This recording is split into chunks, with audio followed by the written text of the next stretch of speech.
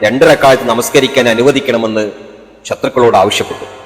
മറ്റൊന്നും ആവശ്യപ്പെടാത്തതുകൊണ്ടും മരിക്കാൻ പോകുന്ന ഒരാളുടെ അവസാനത്തെ ആഗ്രഹമായതുകൊണ്ടും അവരതിന് സമ്മതിച്ചു. തുടർന്ന് അദ്ദേഹം മനസ്സാന്നിധ്യത്തോടെ 2 റക്അത്ത് നമസ്കരിച്ചു. വീണ്ടും വീണ്ടും നിസ്കരിക്കണമെന്ന് അദ്ദേഹത്തിന് മോഹമുണ്ടായിരുന്നു. പക്ഷെ കൊലയാളികളെ നോക്കി അദ്ദേഹം ഇങ്ങനെ പറഞ്ഞു: എനിക്ക് മരണത്തെ ഭയമാണെന്ന് നിങ്ങൾ ധരിച്ചു കളയും, ഇല്ലെങ്കിൽ പടച്ച റബ്ബ് സത്യം, ഞാൻ ഇനിയും നിസ്കരിച്ചേനെ. അനന്തരം അദ്ദേഹം അള്ളാഹുവിന്റെ മാർഗത്തിൽ മുസ്ലിമായി വധിക്കപ്പെടുമ്പോൾ അതേത് രൂപത്തിലായാലും എനിക്ക് പ്രശ്നമില്ല, അള്ളാഹു ഉദ്ദേശിച്ചാൽ ചിതറിയ അവയവങ്ങളെ അവൻ അനുഗ്രഹിക്കും എന്നർത്ഥം വരുന്ന ഈരടികൾ പാടി.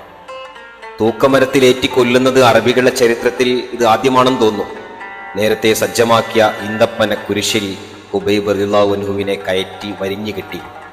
വില്ലാളികൾ ഒരുങ്ങി നിന്നു. രംഗം നോക്കി മനം കുളിർപ്പിക്കാൻ മുശ്രിക്കുകളും. ഖുബൈബ് റളിയല്ലാഹു അൻഹു ഭാവപ്പകർച്ച ഏതുമില്ലാതെ കണ്ണുമിഴിച്ചു തന്നെ നിന്നു. അമ്പുകൾ അദ്ദേഹത്തെ ലക്ഷ്യമാക്കി ചീറിപ്പാഞ്ഞു. ഈ സമയം ഒരു ഖുറൈശി നേതാവ് അദ്ദേഹത്തെ സമീപിച്ച് ചോദിച്ചു: ഈ സ്ഥാനത്ത് മുഹമ്മദും നീ സുരക്ഷിതനായി വീട്ടിലും ഇരിക്കണമെന്ന് കരുതുന്നുണ്ടോ? ഇതുവരെ വാചാലമായ മൗനം അവലംബിച്ചിരുന്ന കഥാപുരുഷൻ ദൃഢസ്വരത്തിൽ മറുപടി നൽകി: ഭാര്യാസന്താനങ്ങളുടെ കൂടെ ഞാൻ സുഖജീവിതം നയിച്ചുകൊണ്ട് എന്റെ പ്രവാചകന് ഒരു മുള്ളു തറക്കുന്നത് പോലും എനിക്ക് അസഹ്യമാണ്.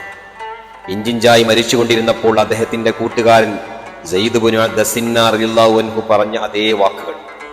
അന്ന് ശത്രുപക്ഷത്തായിരുന്ന അബൂ സുഫിയാൻ ഖുബൈബിന്റെ പ്രഖ്യാപനം കേട്ട് അസ്വസ്ഥനായി. കൈയടിച്ചുകൊണ്ട് അദ്ദേഹം ഇങ്ങനെ പറഞ്ഞത്രേ: ദൈവം സത്യം, മുഹമ്മദിന്റെ അനുയായികൾ മുഹമ്മദിനെ സ്നേഹിക്കുന്നത് പോലെ ഒരു മനുഷ്യൻ മറ്റൊരു മനുഷ്യനെ സ്നേഹിക്കുന്നത് ഞാൻ കണ്ടിട്ടില്ല. ഖുബൈബ് റളിയല്ലാഹു അൻഹുവിനെ തൂക്കുമരത്തിലേറ്റുമ്പോൾ അദ്ദേഹം ദൃഷ്ടി ഉയർത്തി റബ്ബിനോട് പ്രാർത്ഥിച്ചു: അല്ലാഹുവേ, നിന്റെ ദൂതന്റെ ദൗത്യം ഞാൻ പ്രചരിപ്പിച്ചു, അതുകൊണ്ട് എന്റെ ഈ അവസ്ഥ നീ അദ്ദേഹത്തെ അറിയിക്കണമേ. അള്ളാഹു അത് സ്വീകരിച്ചു. മദീനയിലായിരുന്ന റസൂൽ സല്ലല്ലാഹു അലൈഹി വസല്ലമക്ക് തന്റെ ശിഷ്യന്മാർ അപകടത്തിൽ പെട്ടിട്ടുണ്ടെന്നും ഒരു മൃതദേഹം തൂക്കുമരത്തിൽ അനാഥമായി കിടക്കുന്നുണ്ടെന്നും അദൃശ്യജ്ഞാനം ലഭിച്ചു. ഉടനെ അദ്ദേഹം മിഖ്ദാദ് ഇബ്നു അംർ റളിയല്ലാഹു അൻഹുവിനെയും സുബൈർ ഇബ്നുൽ അവ്വാം റളിയല്ലാഹു അൻഹുവിനെയും വിളിച്ച് പുറപ്പെടാൻ നിർദ്ദേശം നൽകി. കുതിരപ്പുറത്ത് സഹപ്രവർത്തകരെ അന്വേഷിച്ച് യാത്രയായ അവർ അള്ളാഹുവിന്റെ സഹായത്താൽ ഉദ്ദിഷ്ട സ്ഥലത്തെത്തി. ഖുബൈബ് റളിയല്ലാഹു അൻഹുവിന്റെ മൃതദേഹം അവർ തൂക്കുമരത്തിൽ നിന്നിറക്കി അദ്ദേഹത്തെ ഖബറടക്കി.